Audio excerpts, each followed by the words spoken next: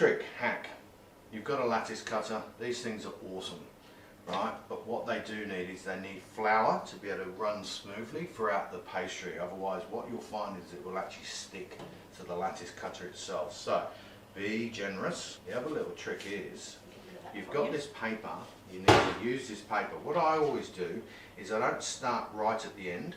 I start about half a centimetre in, so you can hold on to the pastry to stop it from going. And then just... You need to press quite firmly, You do need to press firmly, yeah. Start, look at this.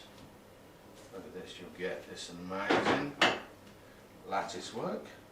And you do have to work a little bit gentle with your fingers, just to make sure they come through.